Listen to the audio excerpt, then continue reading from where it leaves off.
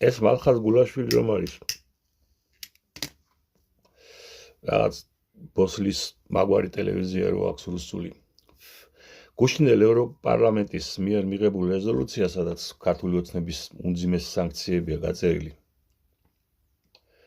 ახლა როგორც ნამდვილი ქოც პროპაგანდონი შეეცადა გაებაიბურებინა და ესეთი ამბავი გაიხსნა აი პუტინს რომ მიუძღვნეს ასეთი რეზოლუცია ევროკავშირის პარლამენტშიო, ხო, ევროპარლამენტშიო. მაშინ პუტინმა თქვა რომ დაახვიეთ ეგ და უკან გაიკეთეთო რა.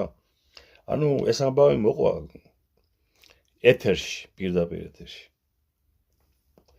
რომ ქოცნებამაც ეგრე უნდა გააკეთოს, რომ დაახვევინოს ევროკავშირს და უკან გაუკეთოს, რომ აი ჯერ ის რო ხარ, რა ქვია, აი აკადემიკოსი ვარო თან იძახის არ დაგავიწყეთ, ბაქოში მისცეს აკადემიკოსობა, ну ძმაკაცებმა გაუჩალიჩეს აკადემიის წევრი არის, კაცი არის აკადემიის წევრი და წერა-კითხვა უჭირს. ჯერ პირდაპირ ეთერში რო ძიხარ და სოფლიო პოლიტიკას მიმოიხილავ თან გვერდზე გოგა ხაინდრავაუძის არ დაგავიწყეთ ამ დროს. გოგა ხაინდრავა ის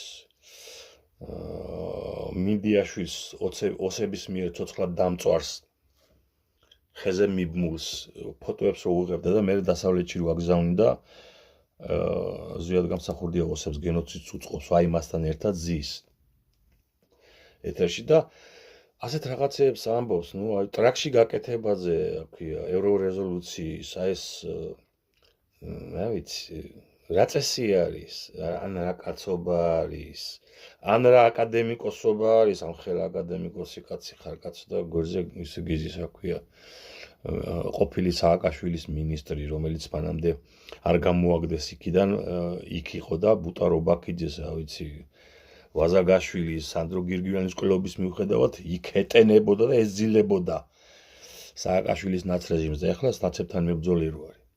აი რა წესი არის, რა ვიცი. და ბოლო-ბოლო გუშინდელი დაბომბვის კადრებს არ უყურეთ, კაცო? მალხაზ, პუტინის ტრაქში შეგიხედია რა ხელა ღრიჭო აქვს? შენ ხო გააქვს იქ დოსტუპი, რა ვიცი. პუტინის უკანალში ხო იყურები ხომ ხშირად. შეიხედება რა ხელა ღრიჭო, რა ხელა გამოქვაბული გაუკეთეს გუშინ უკრაინელებმა. რის დახვევაზე და რას უკან გაკეთებაზე ლაპარაკობთ, კაცო? რა ვიცი.